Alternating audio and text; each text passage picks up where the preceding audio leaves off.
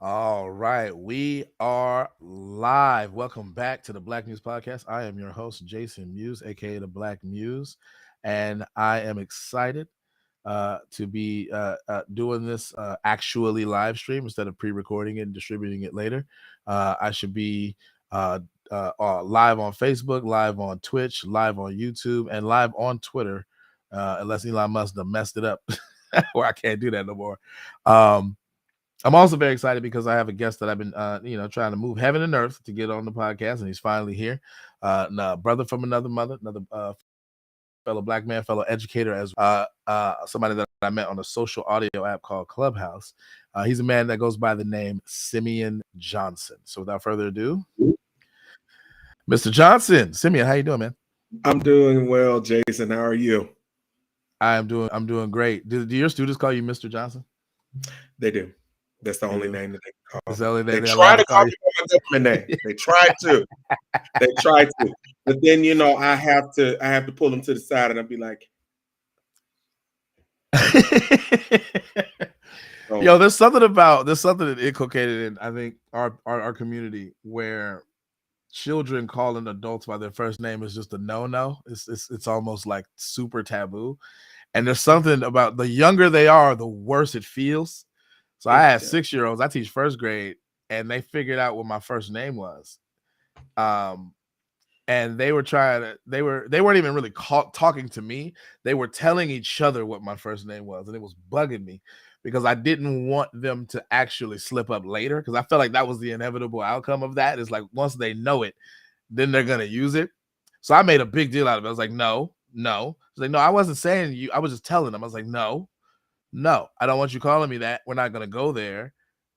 Go sit down. And they're like, okay. And then the 6-year-old child went to tell them anyway. I said, no, no, you're not allowed to tell them. If you know, that's fine. Sit down, please. See you with elementary. See, with me, with high school, they'd be like, yeah, I know your first name now. We cool. I was like, no, we're not. When I was in high school, they used to try that, and I used to just very calmly correct them. Like, you mean Mr. Muse? They're like, no, you're first. It's like Jason. Like, Mr. Like, Muse. I thought we was best friends. I was like, nope, you under 25. You stay with your man. You stay with your mama, and you broke.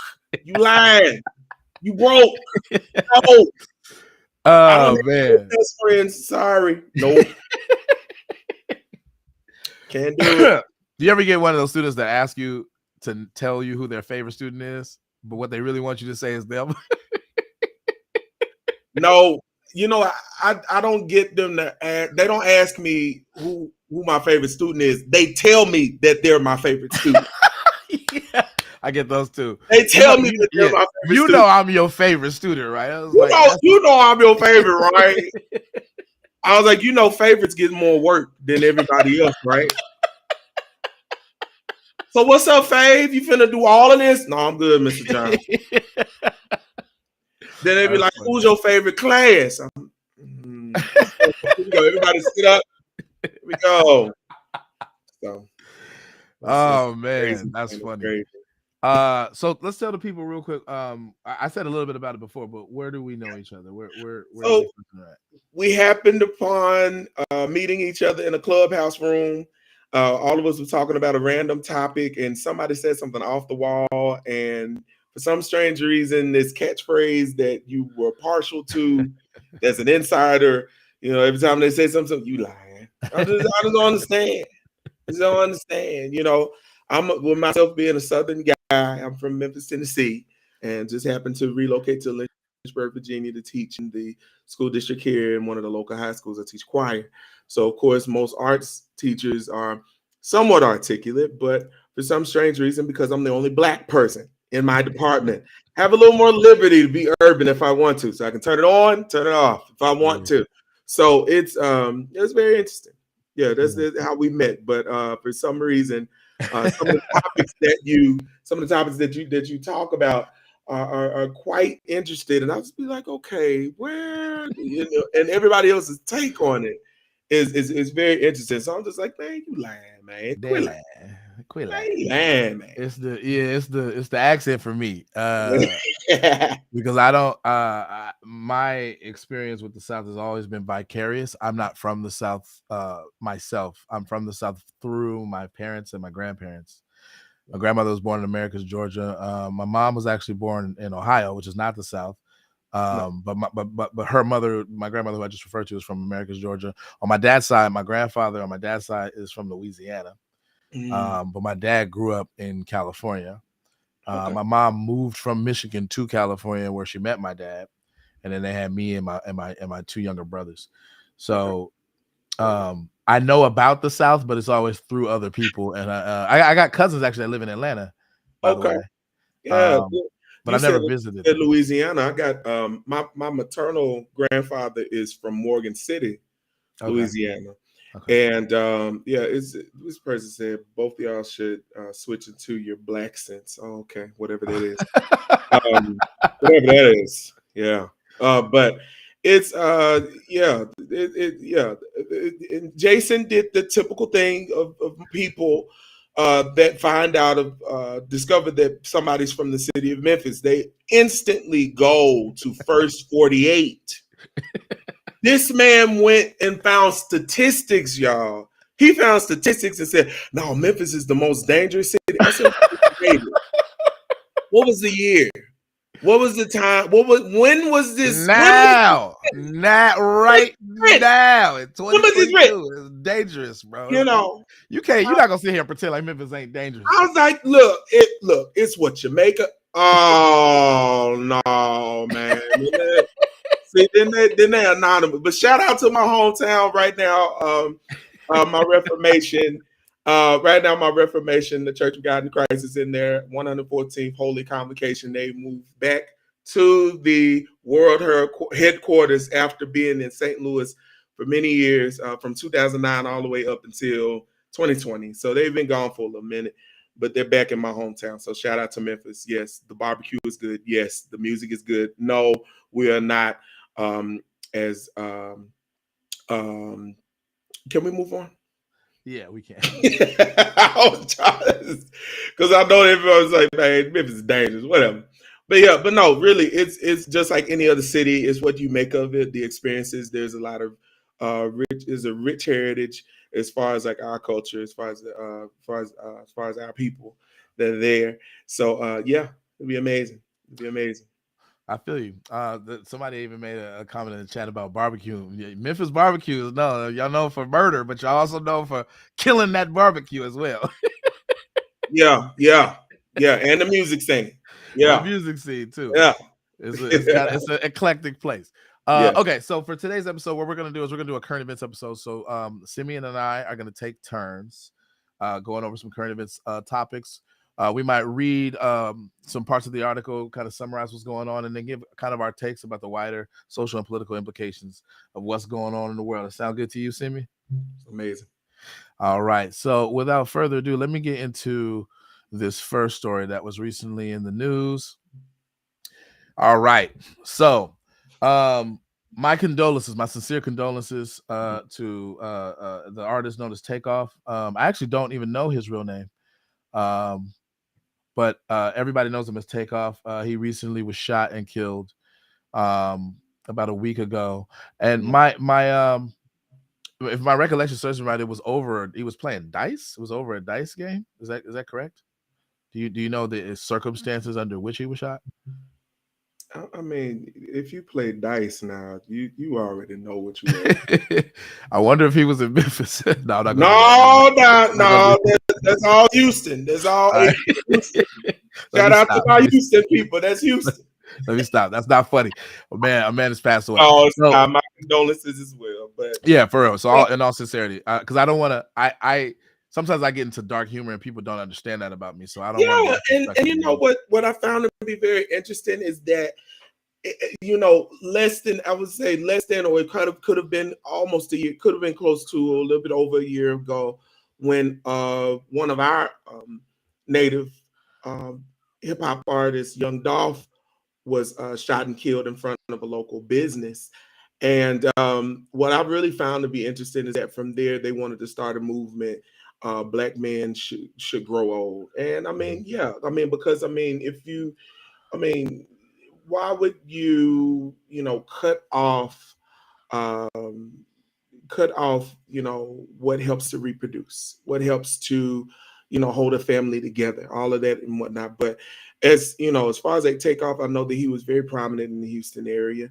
Um, and I think he was with okay, yeah, he was with Migos. So Yeah. yeah, it was amigo. So yeah, there were, with me teaching high school, this is like my second year teaching high school here in the state of Virginia, but this is like the third high school that I taught in my career. And with this genre, of course, a lot of our children don't really catch on to the connections when it comes to the lyrics, when it comes to the etymology of how they created the beats and whatnot, because there's a lot of sampling. Yeah. But back to Takeoff, yeah, it was very drastic as far as um how his life was taken, because he was pretty young. Mm-hmm. He He was pretty was. young, late, I think either mid to late 20s. So yeah. Yep. I will say that anybody who dies that young is always sad.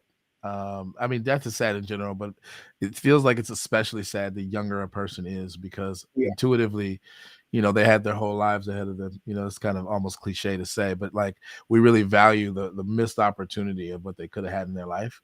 I think it also adds to it that it's a brother that was shot and killed, so like was kind of murdered. And if it was in the context of a dice game, that kind of makes it even worse, because it was something frivolous.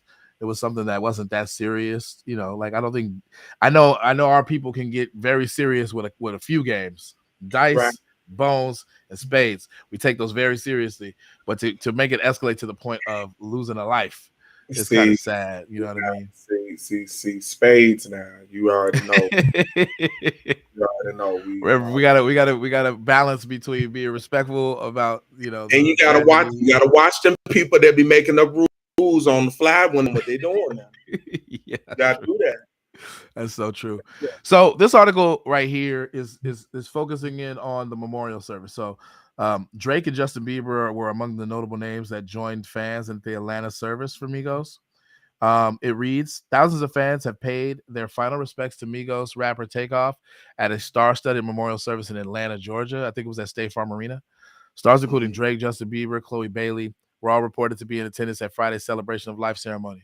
The 28-year-old musician died in a shooting at a bowling alley in Houston, Texas, earlier this month. So I don't know if they were shooting dice at the bowling alley, or if they were playing, or they were bowling. All we know is that it was a private party. Right.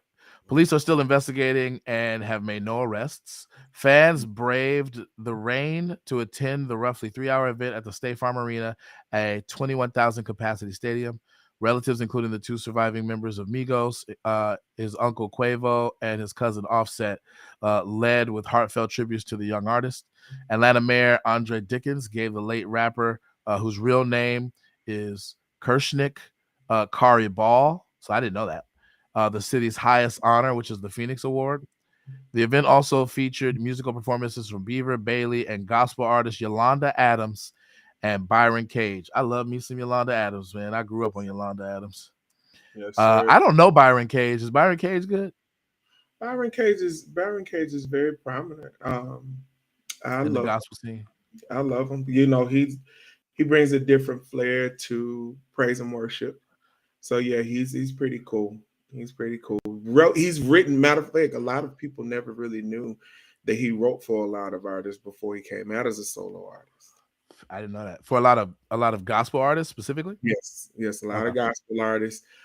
He was also a minister of music at New Birth. That's Yeah. where late Bishop Eddie Long was. So he was there years and years ago. So yeah, Mm-hmm. very, So I'm very gonna, I'm good. gonna read this summary, and then we're gonna give our kind of more wider take. Mhm. No media was allowed inside the venue, and phones and recording devices were also banned. But in images and videos leaked on social media, Drake and others were shown making heartfelt speeches. Following the event, a motorcade was seen carrying Takeoff's body to its final resting place. The rapper was killed on the 1st of November by a stray bullet. So it was a stray bullet after an altercation broke out at a private party he was attending in Houston. So it wasn't even intended for him. In some sense, that makes it even more sad. Police Right. Chief Troy Finner, who has said at least 40 eyewitnesses may have been in attendance, has pleaded with the community to provide information.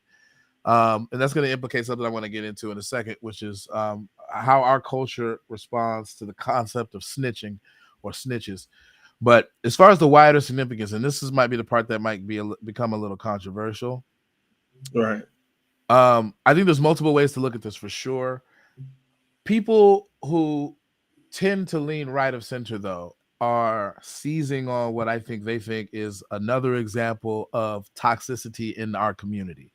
The fact that a young black man, particularly a prominent one, was killed in the way that he was killed because of the altercation that happened, which we know very little about.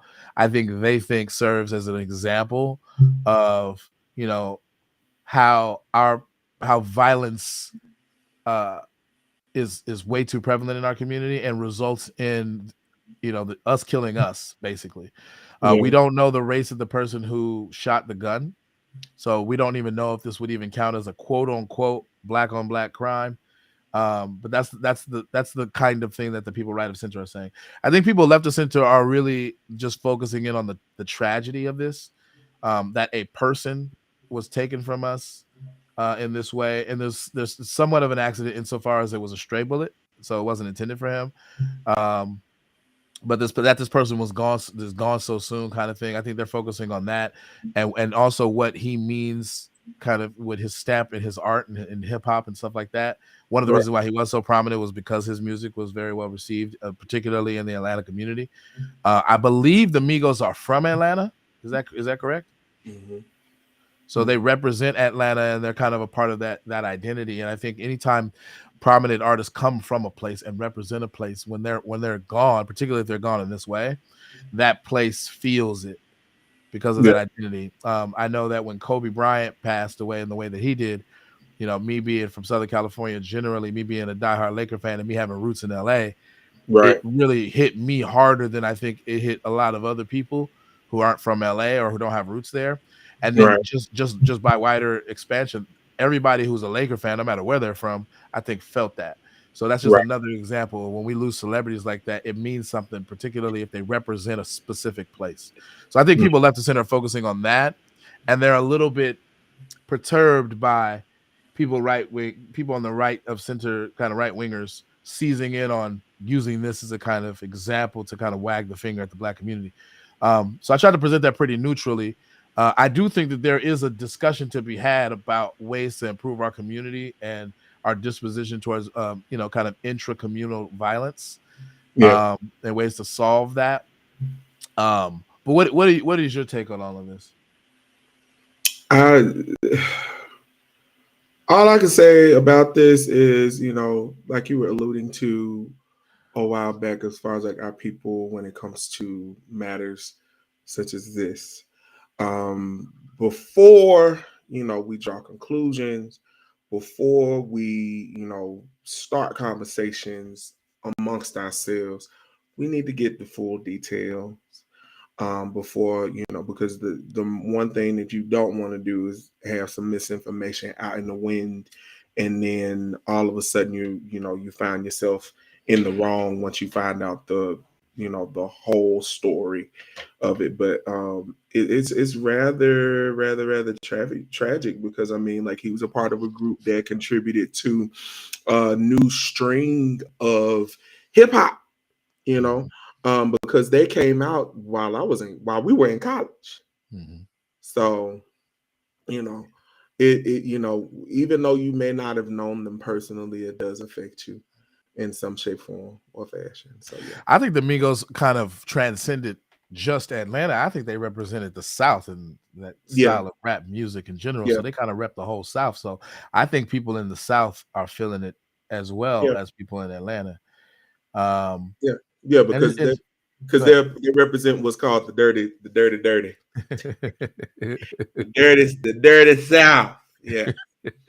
but yeah, like that.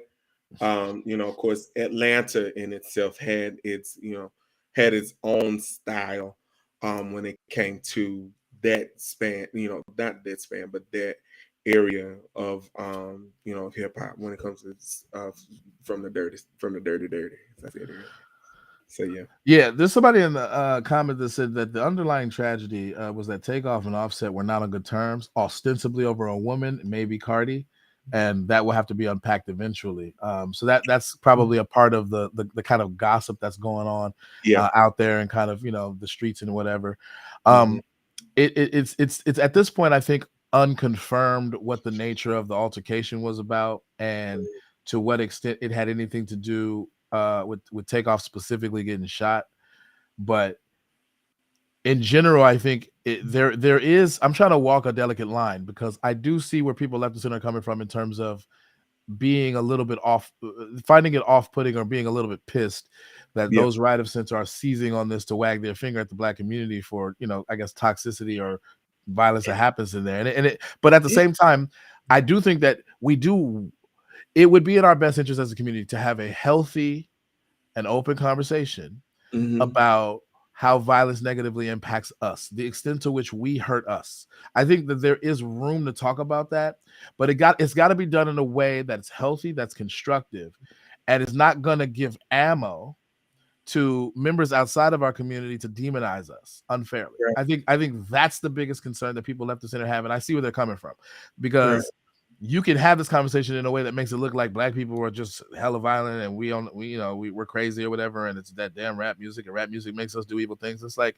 And there's that's been going on for years when it comes exactly, to that genre, exactly, Um, and it just makes you wonder, like, is this all that epitomizes us as a people? I mean, like that genre, I mean, the contributions that the genre has made in itself. I mean, not just only for a good time at a party, but there was also some political innuendo that was put in some of these as far as like messages, as far as mm-hmm. like the harsh realities that many of our artists have experienced in their own neighborhoods. Mm-hmm. And the good thing, not well, yeah, the good thing, the saving grace would be that they have something on a particular topic, and then they go months, and then they hear somebody else touching on that topic. Yes, So to know there, that there, they're not alone in this thing, that is, that's something that there, really intrigued me, because as much bad publicity that some people would want to connect to hip hop and say that, oh well, all they talk about is women, drugs, money, cars, clothes, houses, like that's the only thing that they want to talk yeah, about. No, some of these there, folks are well educated. yeah, They're running. yeah. Some of them are running But Fortune 5 companies. there is a fair and healthy critique that I think the people right of center are trying to get at. I don't know that their approach to communicating that is the most effective or constructive, because it comes off as finger waggy, like see Mhm, there you Negroes go again, and I don't think that that's helpful because it mhm, doesn't take into account the realities, mhm. particularly the systemic realities that contribute to it. They make it sound like Right. it's all just a bunch of people making bad choices, and it does involve that, but the systemic factors contribute to that too. When you live under cycles of poverty, you're more likely to be willing to stoop to things that if you didn't live under those conditions, it wouldn't even occur to you. It probably wouldn't even cross your mind. Mhm. So there's like that nuance. There's also the nuance of what you touched on, which I think is brilliant, which is that rap music as a genre is a double-edged sword, at the same time that it is one of the main means by which some of the toxic tropes in our community are perpetuated and Yeah. reified. It also creates a pathway of opportunity for people to bootstrap their way out of the hood, and you have rags to riches success stories, and also get get their lyrical genius and their musical talents out to wide audiences that would never ever hear that those stories that they have to tell, or never ever hear the harsh realities that they survived, but for that art. And so Mhm. and a lot of times the art, when it's done well, entails a critique of the systemic factors that actually contributed to those harsh realities. So to demonize people from basically portraying the harsh realities that they grew up in, and that many of the people that they loved and lost grew up in an artistic form, and then leveraging that art to get out of that situation, to then turn around and demonize them because it entails the truths of that reality, is like not nuanced enough. Because their story is being discounted. You know, that's one thing that you don't want to do, is discount somebody's, experience of the thing, because you don't know what it is that they had to experience, prior to that. And it's almost insensitive to do that to a person, because I mean, like, who are you to make assumptions about what it is that they got going on? Mm-hmm. Yeah. And then there's a on top of all of that, there's a racial dynamic here, because a lot of the systemic things that negatively impact Black people as in our community are ripple effects of systems of oppression long since past. I'm talking like slavery, particularly chattel slavery, which is no longer legal. You can argue that a form of slavery is still legal in the form of prison labor, but chattel slavery is no longer legal. And a lot of the kind of like Jim Crow, apartheid or segregation is no longer legal in those states. But practices of redlining, things like that, all of these things that contribute and are the ripple effects of those policies and those ideologies towards Black people only being able to occupy certain spaces in our country. Like there's a racial lens to look at all of this, and a lot of that gets lost because you have people, and sometimes people from our own community, like Candace Owens or like Larry Elder, who want to basically boil everything down to bad choices and independent, and I get the importance of I get why people are so gung-ho about bootstrapping, about doing your part to pull yourself out of your situation, maximizing yourself. I get the ethics of that, but like I think the mistake is ignoring the systemic factors that contribute to the conditions that are really difficult to bootstrap yourself out of in the first place. Like that's where the mistake of the Larry Elders and the Candace Owens is coming, in my opinion. And so like they're the whatever virtues their perspective has, I think is undermined by their unwillingness to deal with the systemic stuff in general. Like they just don't want to touch it. It's just like, no, you can't blame it on systems. We've already ended all of that racism stuff. Like just bootstrap your way out of it. It's like, bro, like if you ever like been in Section 8, if you ever like had to survive on food stamps, if you ever needed that shit, bro, like you understand in a very fundamental way how like the vital necessity that is for your fucking survival. And so just somebody just telling, I like the way Dr. King put it. It's a cruel jest to tell a man with no boots to pull himself up by his own bootstraps, right? I just think that that's a really like quick way to get at this idea of like you're fundamentally misunderstanding the nature of the deficit and what causes the deficit, to just turn around and then blame a person for them being in the deficit and not being able to work miracles. Exactly. Right? You know what I mean? And so we need to be able to have this discussion in a constructive way where, yes, the Larry Elders and the Candace Owenses and the people who epitomize that perspective can come to the table and talk with the more progressive left-leaning types in a way that's not so toxic, in a way that's not so, oh, you're Larry Elder, you're the new face, you're the black face of white supremacy. Like that's a bit much. I don't think Larry Elder is in any genuine sense supporting of white supremacy. I think that he's just philosophically misguided about the best way to think of solutions to these kinds of problems. I think he's right to recognize that there are problems in our community, but the failure to recognize the systemic contributions to those problems is, I think, where he misses it. And then on the other side, I think a lot of times people left of the more progressive types, they fail to properly identify the extent to which we actually can do stuff within our community to help ourselves and to minimize that cycle of poverty, the vicious cycles of some of the negative or toxic tropes in our community. We do have the ability to make choices, and we can make better choices within our community. And there's something empowering about that. And I think a lot of times people left of center are overly focused on the systemic stuff, and they make it seem like Black people have no agency whatsoever. Like we like stuff just happens to us and it's never our fault. Like that's the other opposite extreme. I think the right answer is somewhere in the middle. What do you think about any of that? Right. Again, I would say it goes back to, assessing um, the full gamut of who these folks really are before drawing conclusions. Mhm. Just like you said, um, you know, uh, and it also makes you wonder, are they considering who it is that they're voting for when it comes to putting people in places of power? Um, I know we were talking about Georgia not too long ago, um, and seeing that now there's a runoff between um, Pastor Warnock and uh, Walker. Herschel Walker. You're wondering, okay, you got one person that was endorsed by our former president that has no um, political experience, whereas you have somebody else, that the other, that has had some experience, that has done the work, that has done all of these other things. But you know, what I really found to be very interesting is that while the campaigns were going on, going down the list of what was connected to each of these people. So yeah, I completely agree with what it is that you just said. You got to Um, find out. You got to find out all your sources before you draw the conclusions with right. the people.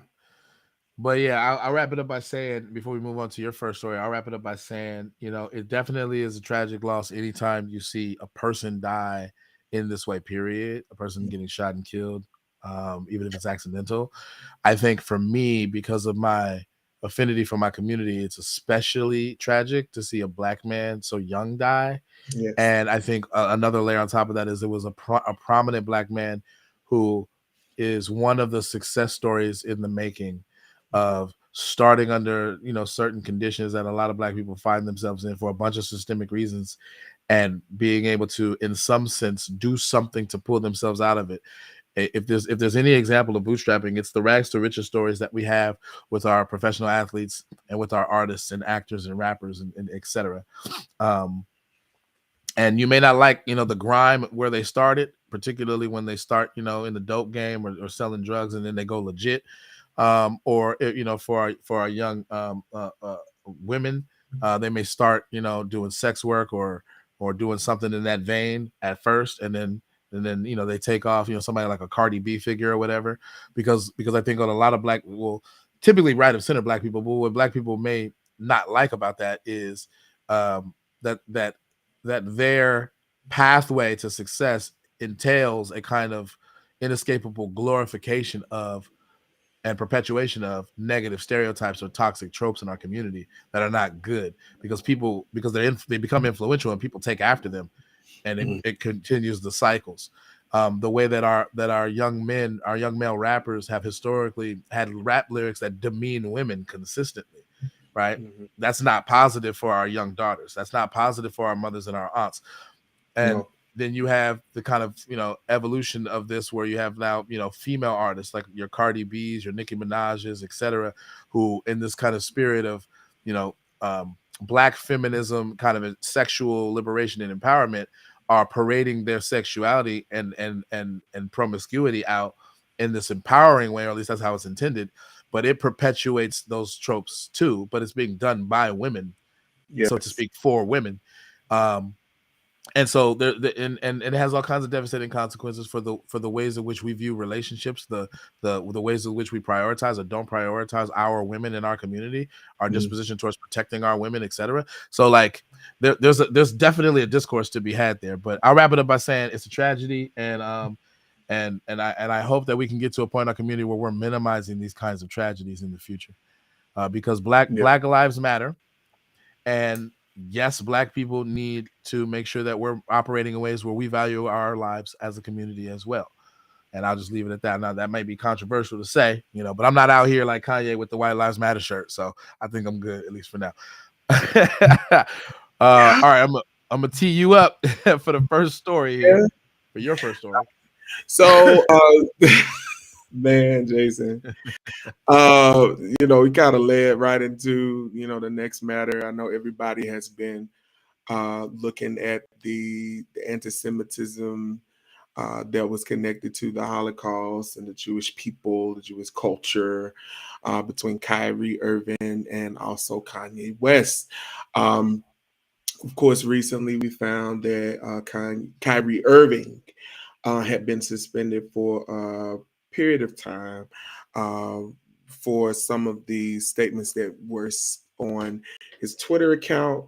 And then I think it was like earlier this week, it may have been yesterday, that the news that came out about the NBA commissioner backing him up, saying, of course, that um, Kyrie Irving is not a person that promotes, a person that promotes, anti-Semitism and everything. So I think it was that there was like a cash amount that was contributed to a certain movement or whatever.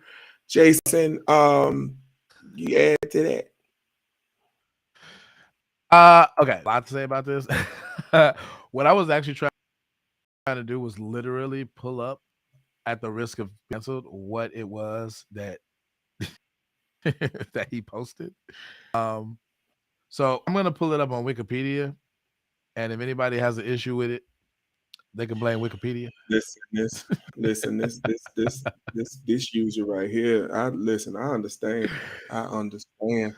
You know, maybe one Oh, and day. a black NBA commissioner. Hopefully. Yeah. So here, so let me give some context. So here's what he posted. It's literally that picture right there, H2N, and Mm-hmm. I'm not promoting it or anything. I'm just trying to specify what it was. So Hebrews to Negroes, Wake Up Black America is the name of a documentary.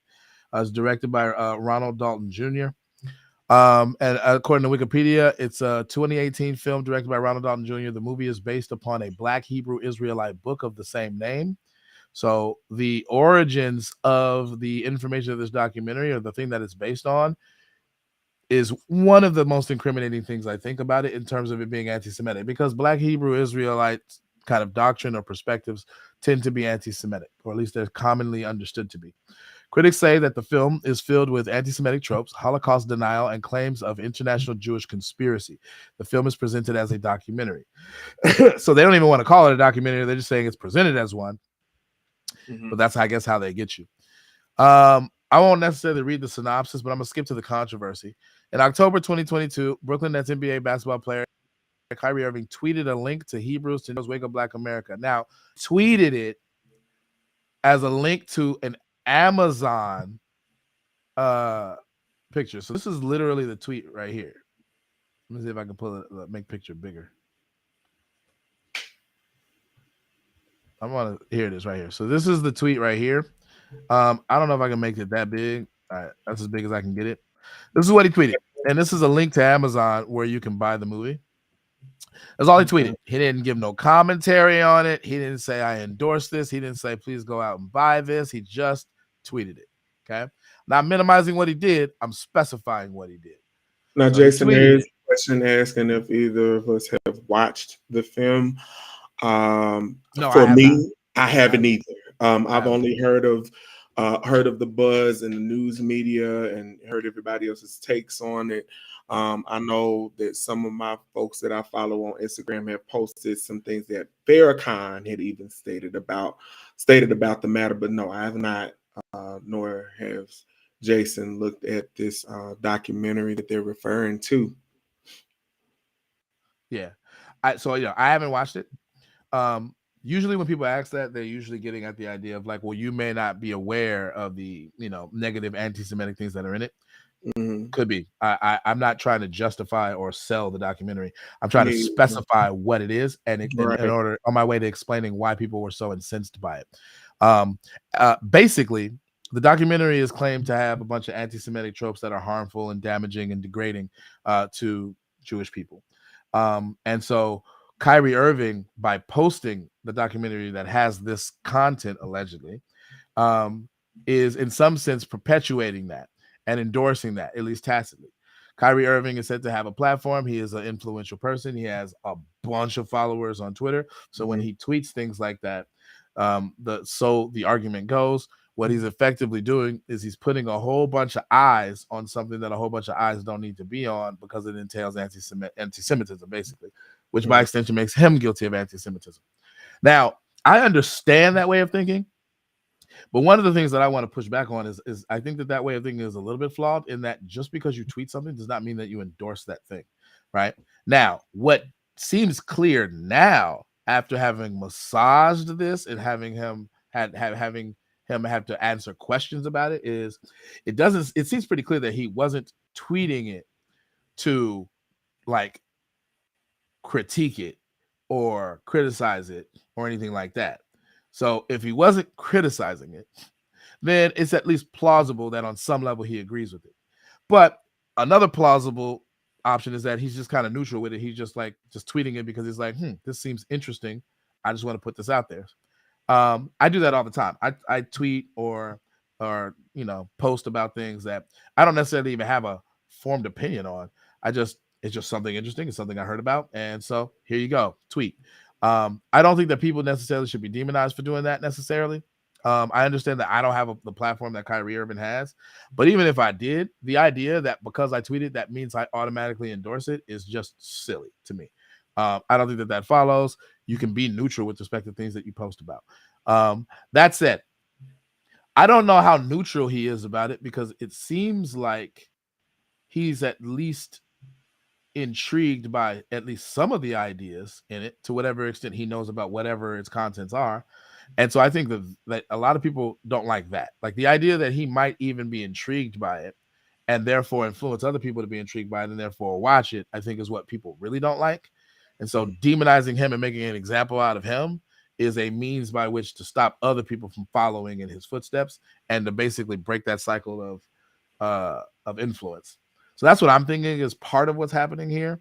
And I have some criticisms or critiques against that because that's built on the back of cancel culture. And I don't think it's very well thought out a lot of times.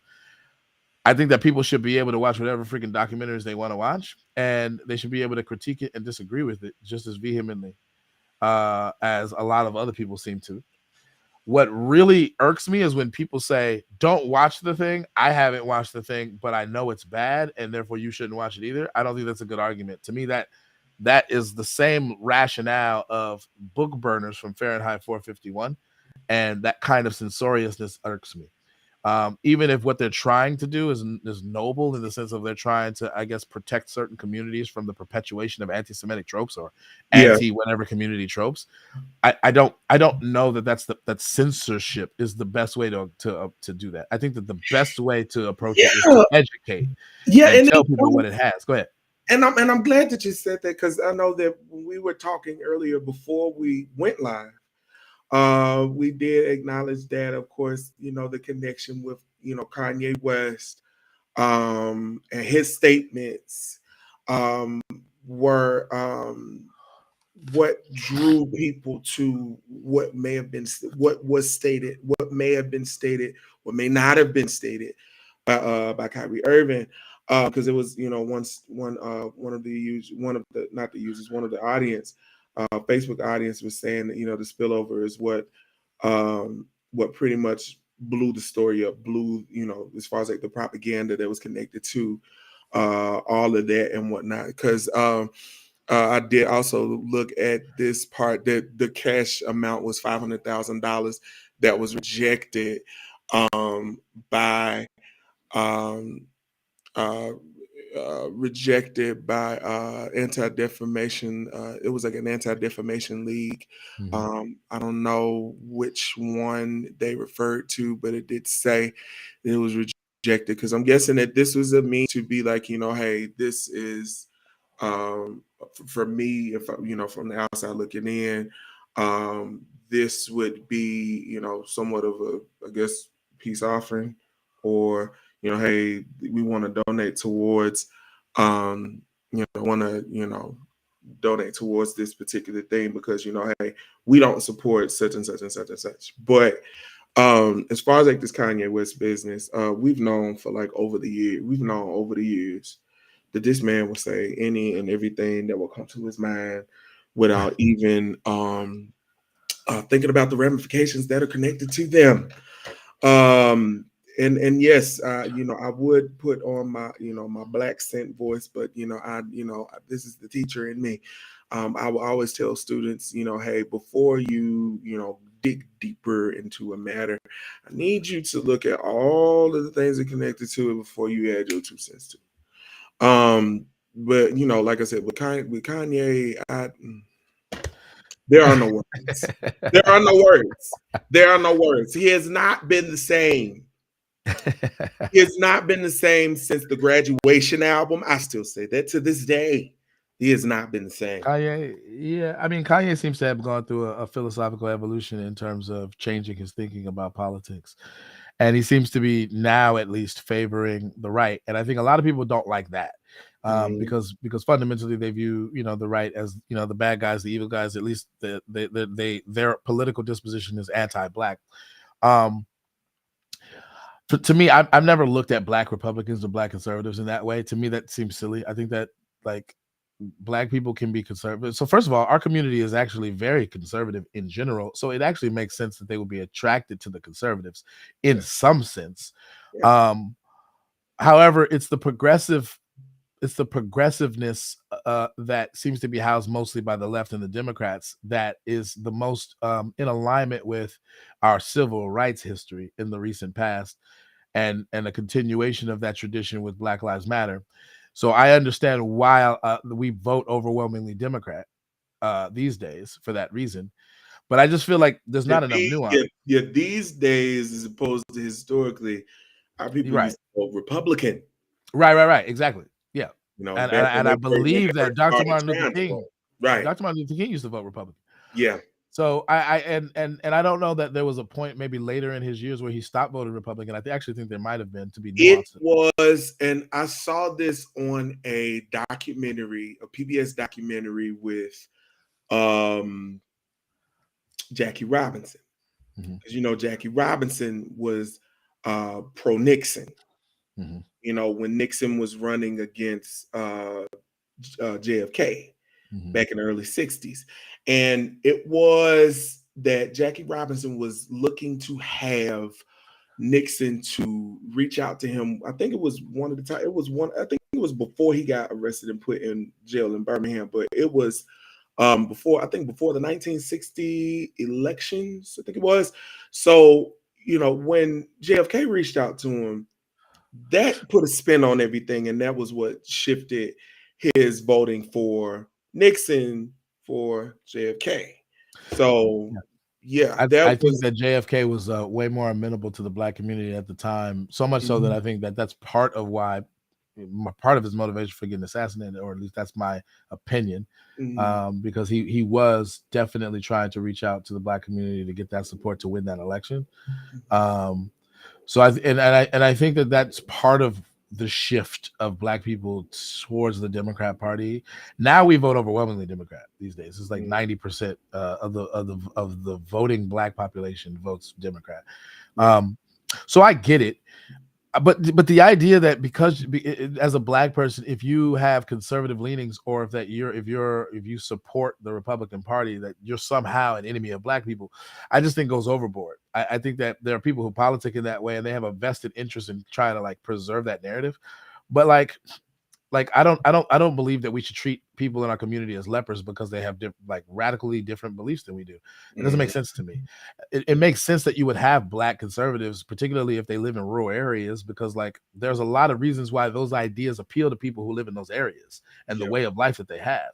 Like I understand people who care very deeply about guns. I Yeah. disagree with a lot of them, but I understand them. I understand why people who are in rural places, in the remote locations, want to just be left alone. They don't want a whole bunch of government policies telling them what they can and can't do, what their bathroom should be used for, etc. And then you have kind of the more extreme policy positions of the left that don't make sense. I think just the regular people like me who are in the middle, because I'm a registered independent. I'm not really gung ho about Republicans or Democrats, but I can tell you, man, the idea that uh underage minor gets to tell their parent that they are a gender different from what their biological sex would have us believe is weird and It's very it's extreme. it's concerning to me because with us, I always will have to allude back to what we do in the classroom, because there are a lot of policies that we are made abreast of at the beginning of every year because things change drastically with each passing school year. Um, and right now, I know that in my state, there have been some claims as to speaking to that, but there are certain school districts that, you know, but I don't want to, continue to go down that road. But what I will say is that with things like this is all the more reason, because I know we've been talking about this the entire podcast. You need to make sure that you do your homework, do your research on the people that you're getting ready to vote for. Because I know that these folks, in the midterm elections have gone completely berserk as far as the results locally and Mhm. also statewide. So yeah, all I can say is that um yeah, do your research. I know some people think that watching the news is obsolete, but you will find some information that you probably would not have known prior to your decision that you would have made on election day. So Yeah. check your sources. I want to stamp this though because we got a couple more minutes for this segment. I think that there are some not trivial distinctions to be had between what Kanye is doing and what or Kanye did, several things Kanye did, Yeah, and what Kyrie is said to have done.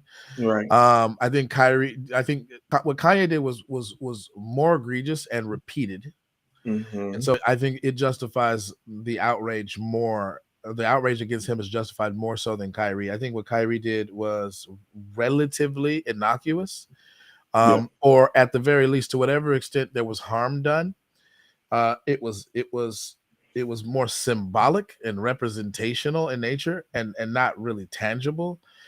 And so to take away all of his endorsements and suspend him without pay for 5 games behind that, it seems to be politically motivated in a way that I don't like. I don't like the idea It of, makes you wonder who was in the person's ear before they made the decision to do it. yeah, but like who's pulling those levers, and why such quick harsh action for this kind of thing, Yeah. right? But like, you got owners saying racist things, and they kind of didn't. I mean, it took way longer against anti-black racist things, and it took way longer for there to be action. Now there was action taken, to be fair, Yeah. but I don't think it was as swift as harsh as this. Yeah. They were removed from the team. I don't know that they took any money away from them. Now, to be fair, if you're an owner, that's a very different position that you're in as far as the hierarchy and as far as power dynamics Mhm. than being an NBA player, for sure. So that's probably part of the reason why. Mhm. Um, but I'm actually curious how quickly an owner would be removed if they said something anti-Semitic in this way. Um, like I feel like they would be removed. It's just a guess, just an opinion, just a hunch. Could be wrong. News anchors are removed every day. I mean, so Mark Lamont People Hill in was broadcasting are removed every day for making Mark statements Mark like Mark Mark Lamont Hill was criticizing the Israeli government, and he got removed from CNN because that was deemed anti-Semitic. And I don't know how fair that was, because he was criticizing a government. He wasn't criticizing the Jews. people, right? Yeah. And a failure to draw a distinction there, I think, made that action silly. And I didn't care for that at all. But like there is something to this idea that I think a lot of people are objecting to, which is like, if you piss off the wrong people, Right, why right. why why is the action so swift with respect to certain groups and not other groups? Is there not an imbalance there that we can actually talk about and recognize without being accused of perpetuating anti-Semitic tropes? Like a person can in good faith ask that question, I think, without having any nefarious intent with respect to the Jewish community or even implicating all Jews. I don't even think a person who asked that question necessarily even has all Jews in mind. They're just talking about the ones in the positions of power, Right. right? And so are we going to deny that there are any people that would consider themselves a part of the Jewish community that are in positions of power who have an influence over these decisions? Like at anywhere? Really? There's none? None. There's not a single person who's a part of the Jewish community who's in a position of power that can make a decision like this or an influence a decision like this. Really? Because I feel like to go that far would just be wrong. It would just be just objectively false. Now, I don't think there's some grand conspiracy about Jews taking over the world. I think that is false. And I think that members of the Jewish community who object to that are right to do so. And I can see why they would say that that's anti-Semitic, because it perpetuates a stereotype that negatively implicates their people and their community. But like the if you're trying to defend against that so hard that you're not willing to acknowledge that actually there are some people who are part of the Jewish community who are in positions of power who do have influence over these kinds of cancel culture decisions. So like can we acknowledge that? And that implicates relations between the Black community and the Jewish community. Can we talk about that? Are we not allowed? Is it anti-Semitic to even bring that up? Because that's where I would draw the line and be like, nah, I'm not with that. Because that to me, I think is a clever way of trying to get out of having open and honest, good faith discussions about those nuances, right? Yeah. And was it necessary to parade the cancellation of Kyrie in this way? And do Black people have a right to be a little bit like unnerved or offended by what may be an overreaction to something that I think is problematic? I would say that what Kyrie did is problematic. I don't think it's as problematic as what Kanye said. I think there's levels to it. Yeah. You know what I mean? But like clearly Kyrie is not calling for like a second Holocaust or anything extreme. Like he's not anti-Jew. Like that idea to me is just overkill. I don't buy that. And I think most people see through that. So that's where I am at right with that. And at the risk of getting canceled, I'm just speaking my mind. Kanye West is harder to defend though, because what he said was just objectively problematic. There's no defense for that. Yeah. Talking about going DEFCON 3 on Jews because of a select few people who might be a part of the Jewish community who did some shit you didn't like that's not cool. If you replaced any group with that, like we would recognize, well, I think we probably get away with it if you did it for white people, but if you replaced it with Black people, which Kanye considers himself a member of the Black community, and you had a white person or a Jewish person be like, I'm going DEFCON 3 on Black people because of a couple of Black people who did some things to him, I feel like we would all see that was anti-Black racism. We would all acknowledge it. I think Kanye wouldn't hesitate. Like, that's racist. So you can't have it both ways. You see what I'm saying? Like, so Kanye, and then he doubled and quadrupled and tripled down on that shit. So like, is it defensible, bro? Like, I can't protect you, Kanye. Like, would you Kanye deserved to get canceled. Kyrie, I don't know. I'm a little skeptical about that one, but I'm gonna let you have the last word, and we're gonna move all on. I know is free. At the end of the day, they give him free. He getting what he want. He getting free publicity. Kanye for this, yes, he's getting free. He's gonna get free publicity regardless. I mean, I don't care. I'm telling you, it does not matter what this man has done. Like he has been he will end up being a tabloid topic. So help him. I'm just saying.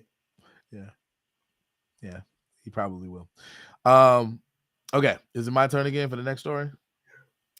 All right, let's get into this next story right here. We're gonna talk about old Twitter, the kind of newest and latest battle in the culture war. So Twitter recently had to pause their paid verification subscription service. So kind of old news, but to summarize it, so Twitter was recently taken over by Elon Musk. Elon Musk is the guru that heads SpaceX and heads Tesla, both of which are two companies that have had some success in the recent past. Tesla has gone under some scrutiny in terms of how that company is being managed. Some success. Yeah. Oh, okay. I would say they had a lot of success, but the reason why I went for some is because more recently Tesla's been kind of talked about in terms of an economic downturn and some other stuff that they've been criticized for, and people could arguably say that's a not success. That's the opposite of success. More recently, gotcha.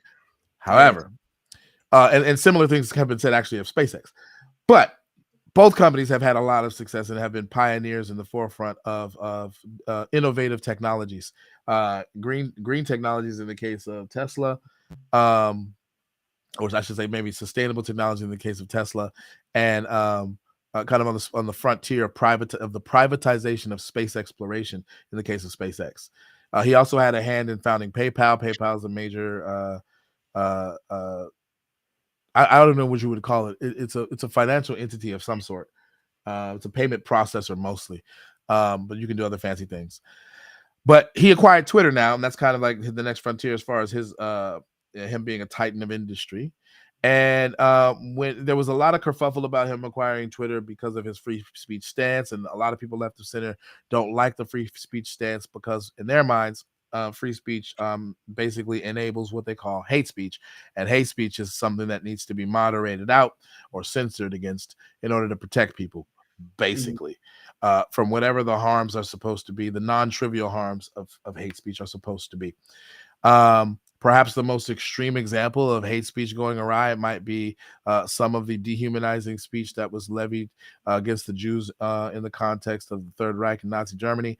And as Hitler rose to power and then got control of the systems in the government and the military there, waged what might be one of the most diabolical genocides in all of Western history, perhaps all of history, period. With the genocide of Jews, millions of Jews were slaughtered in that context. So you might say that in some sense was started, or the engines got rolling because of the dehumanizing speech that a lot of people, because what came on the back of that speech were ideological presuppositions that a lot of people bought into, and then on the back of that were a lot of political moves that became increasingly diabolical over time. So one might argue that those are the kinds of causal mechanisms from speech to genocide, and unless we are vigilant in stopping that process very early, we might perpetuate it in some sense in our contemporary times here in America. There are people who think that, so that's why I'm just trying to steelman their position as best I can.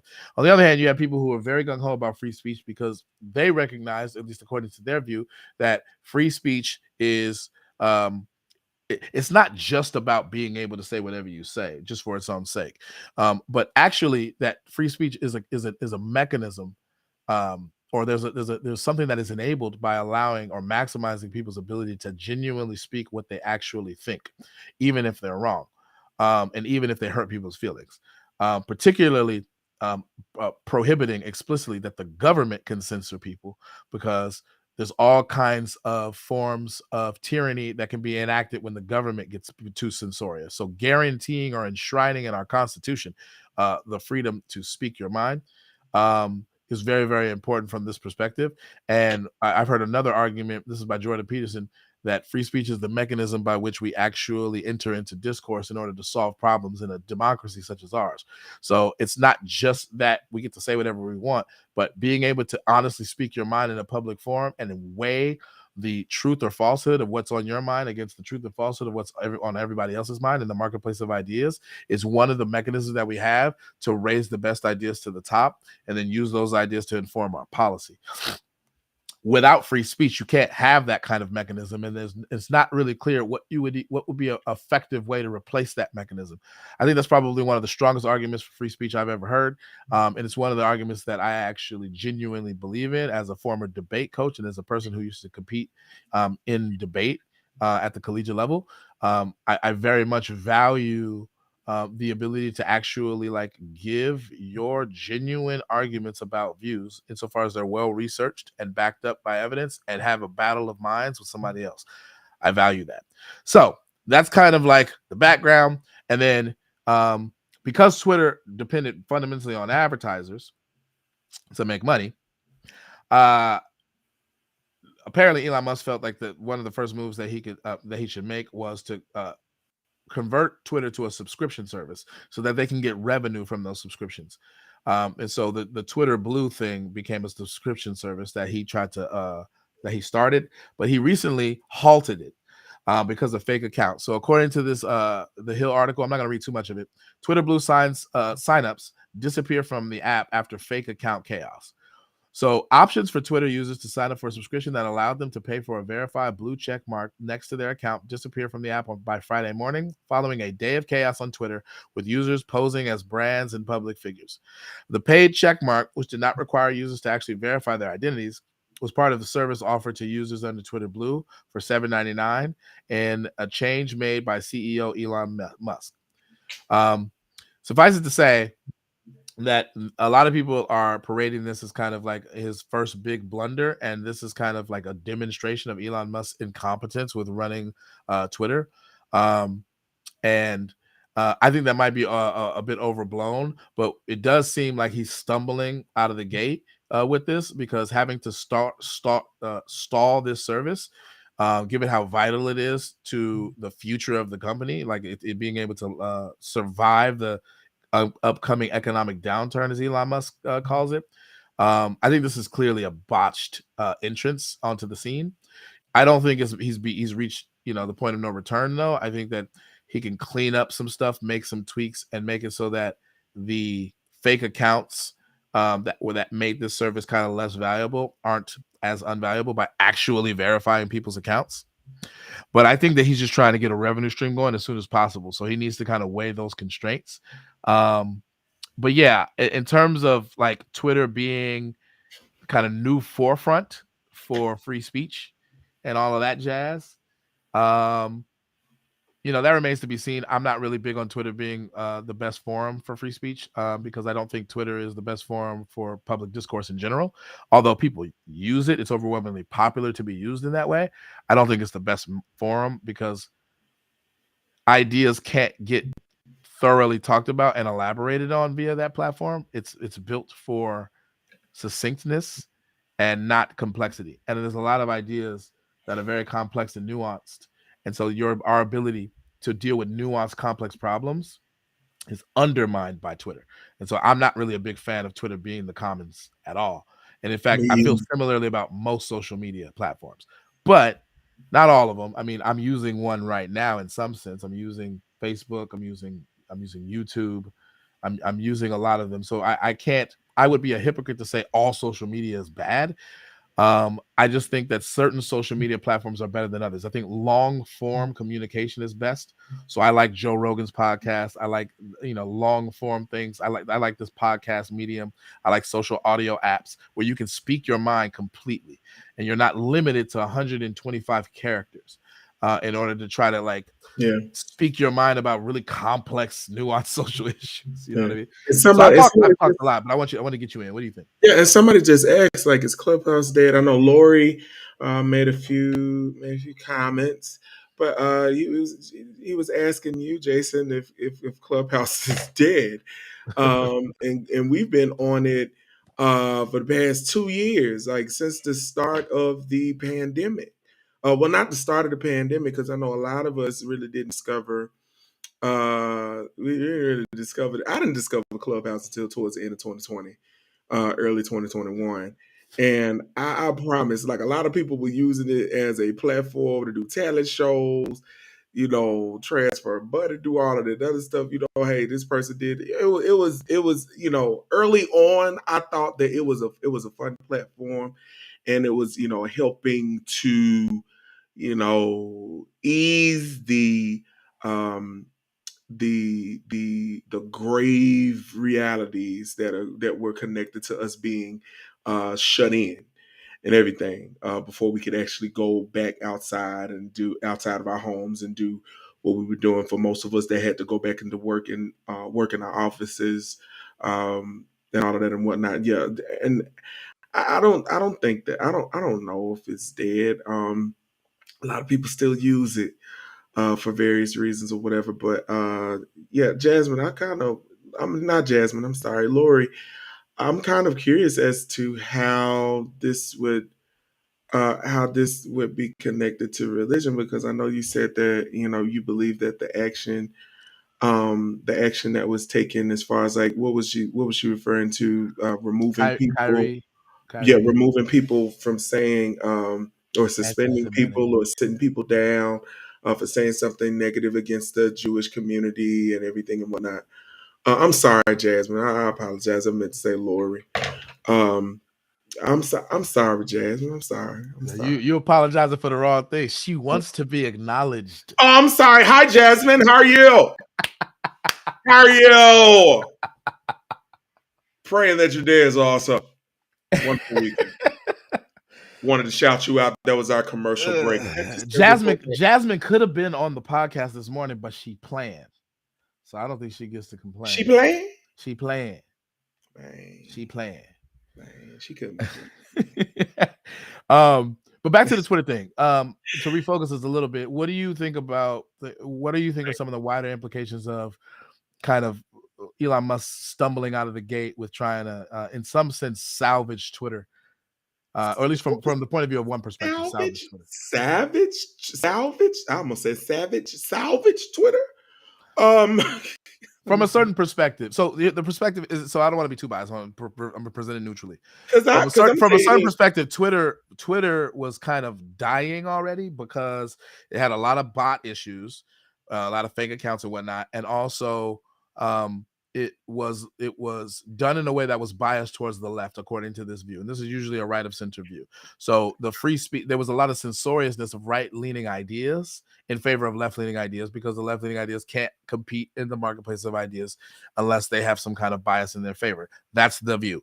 Now, from the point of view of people on the left, they don't see it that way. From the point of view of people on the left, the thing that made Twitter good was the fact that it was willing to censor the evil stuff, the bad stuff, the anti-Semitic stuff, the racist stuff, the anti-trans stuff or transphobic stuff. And so it was basically willing to censor hate speech in a way that didn't allow it to live and propagate and negatively impact certain vulnerable communities. So from that point of view, somebody coming in and upending that is ruining Twitter, not salvaging it. But I was asking you from the point of view, I guess it was right-leaning, because that's how they see it. But to present it more neutrally, which perspective do you think is the most accurate? And then based on that, how good or bad do you think Elon is doing? Honestly, I can't really just say too much as far as like Twitter, because I'm telling you this, like there was a period that I stopped using Twitter between 2014 and 2018. And I would say between 2018, 2020, there was some sporadic things, and then I just stopped altogether after 2020.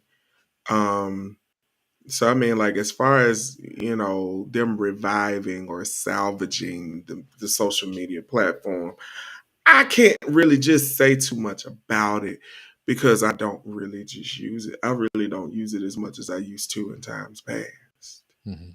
So that's, being frank about it, I've always had an ideological issue with Twitter in that it's messy.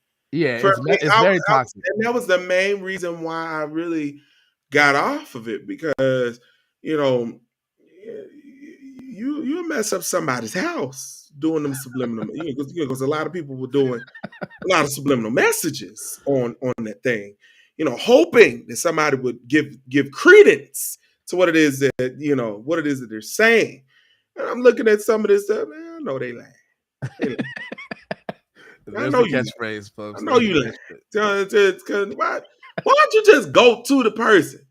Just say something. They lie. Just be lying about everything they be saying. Why you gotta fabricate what it is you got to say on that platform? Like, bro, we already know. Look, we stay up the street from you. You lying about what you got. They lie. You lying about what you wear. You lying about what you make. You lying about where you work. You lying about who you with and who you doing. But anyway, censorship is necessary because advertisers are catering to a more accepting and growing demographic. Catering to tolerant people is where the money is at. Tolerant people. So there's a would that speak to what it is that you were saying as far as like the freedom of speech that you were talking about earlier? Definitely it's definitely implicated in what I was talking about, but there's a debate there though, because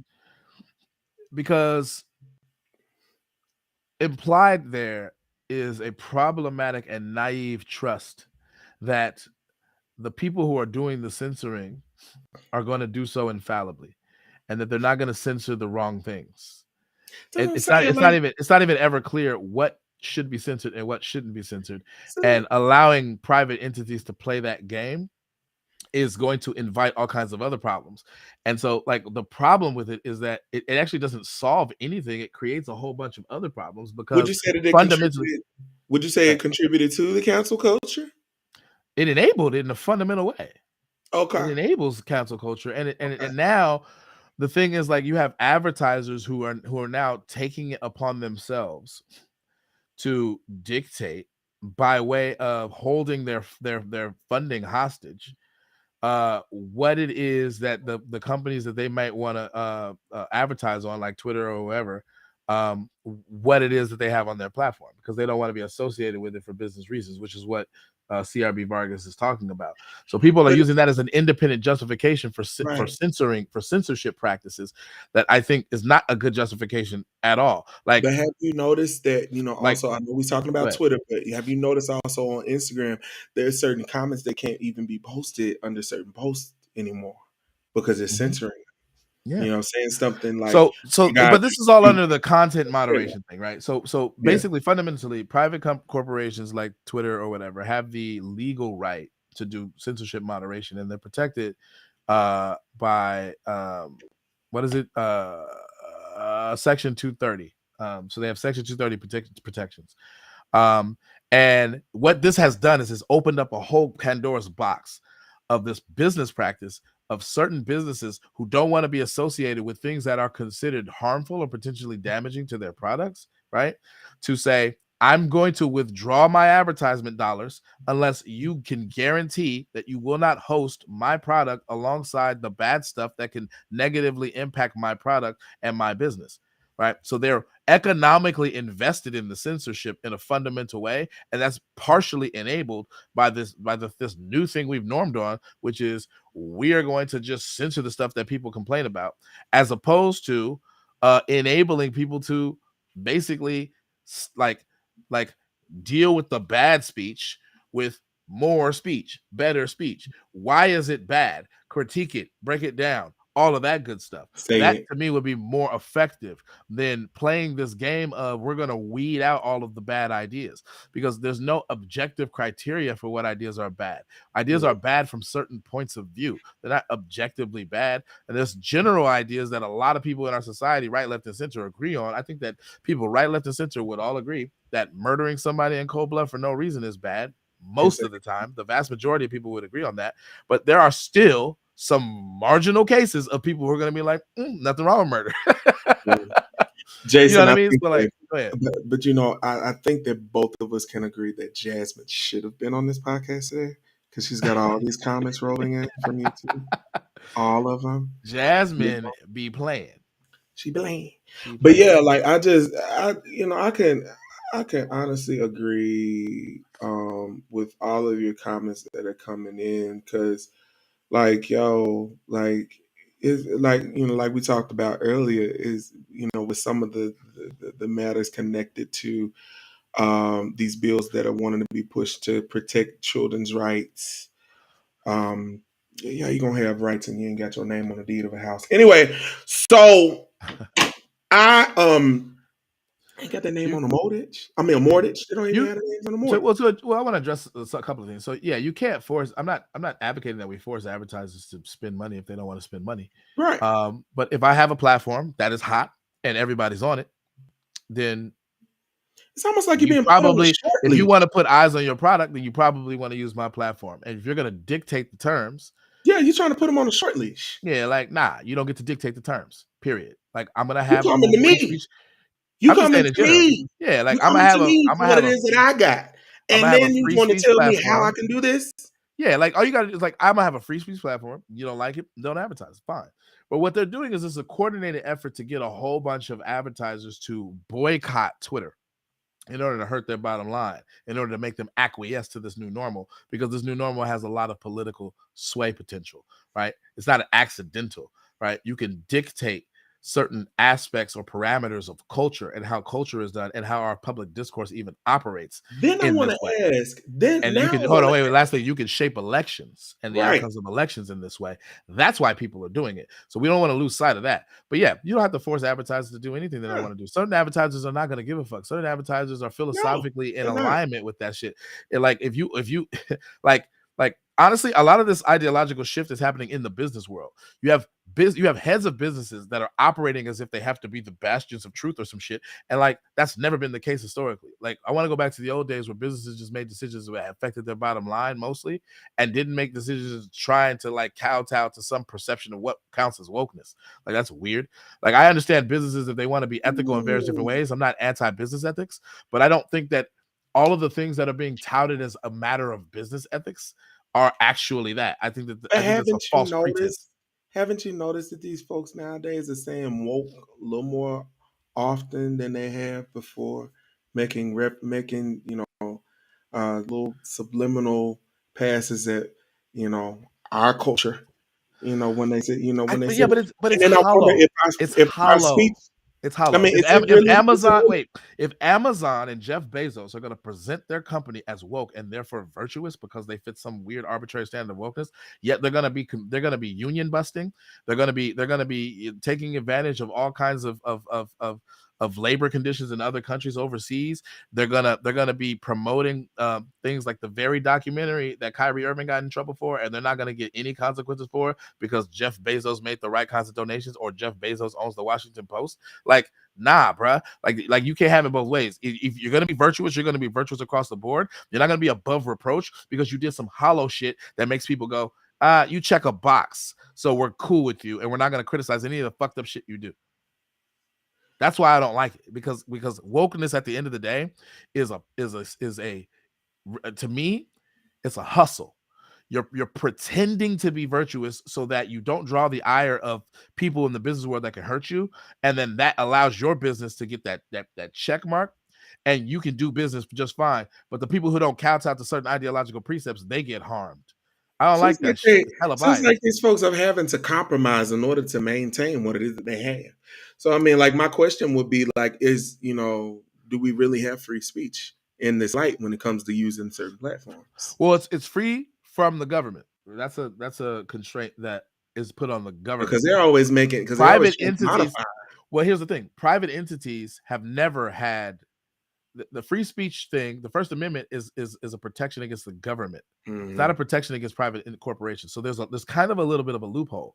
Now, what bugs me about it is that now you have governments, our federal government in particular, who are interacting with private entities and getting private entities to censor people for politically motivated reasons.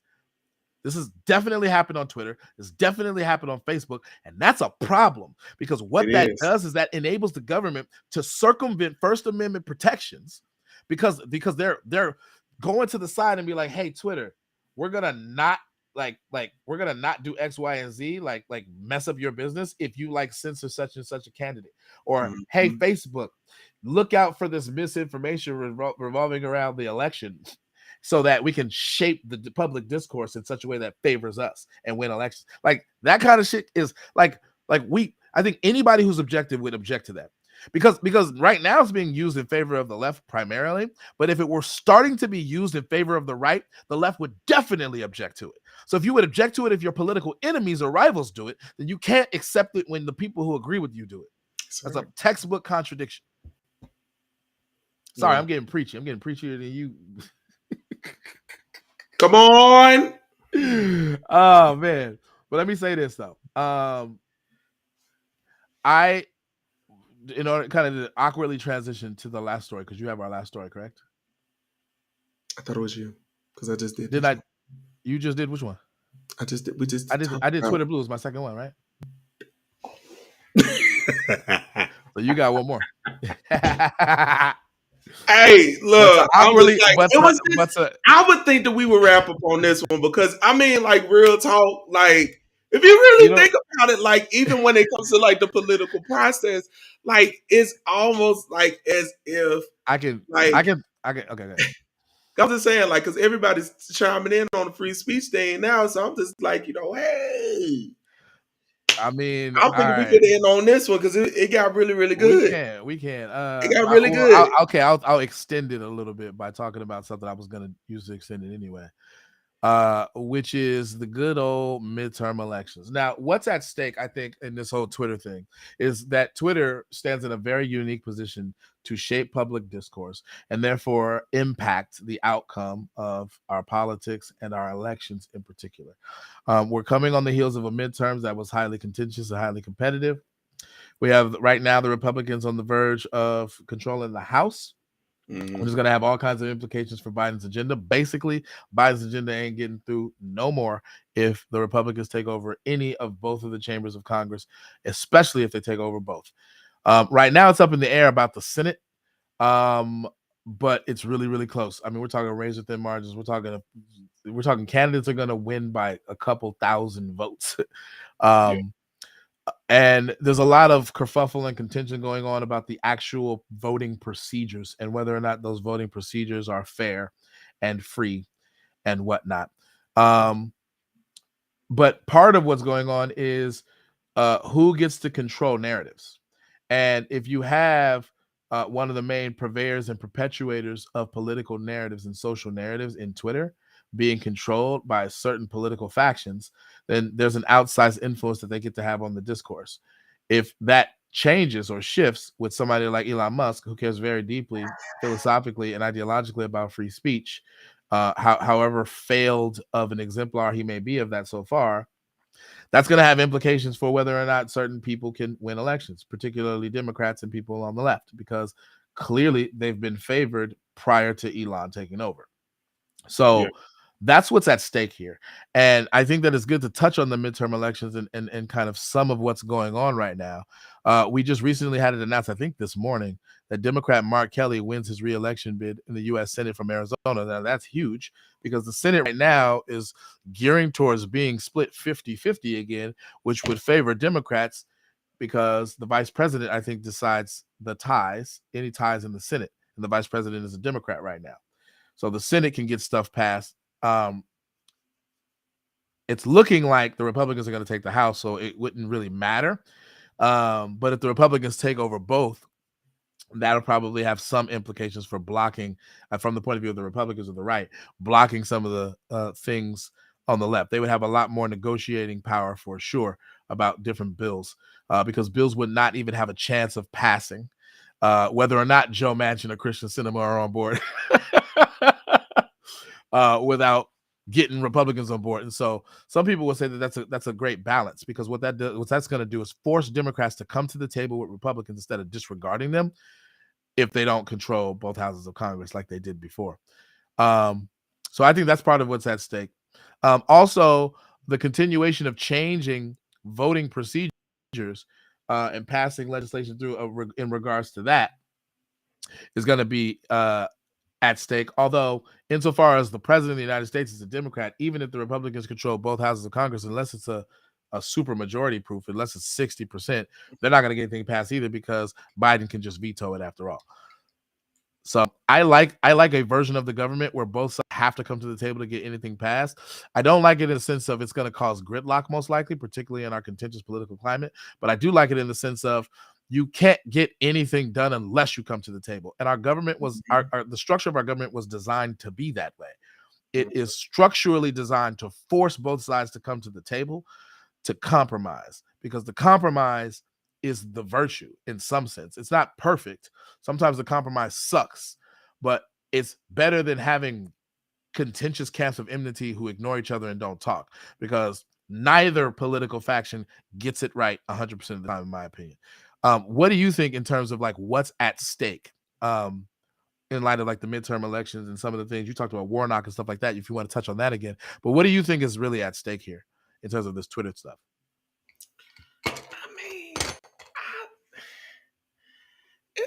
That's a broad question. That's a broad matter, because I mean, like, if you want to bring it closer to home when it comes to, and I mean, granted, yes, both of us are black. We're black. I mean, it's apparent we're black. We're black. So yeah, as far as some of the things that we have going on in our communities, because I know with because the runoff is for the Senate, right? Mm-hmm. So the Senate, of course, contributes to state legislature, which contributes to things that happen that also can happen locally. I would say that a lot of the things that we got going on the state level and also locally that could be um, in question, because a lot of the policies that are in place could be compromised or even abolished. So there's some things that, a few things that I know, one of two things that I know could be affected, because if you also think about it, if I've seen some stuff from my home state. I'm from, again, for those that just joined, I'm from Tennessee. There was some wording that was changed so that some people could vote for certain policies to be put in place. So after the thing was voted for, they gave the full gamut of what it was that was going on.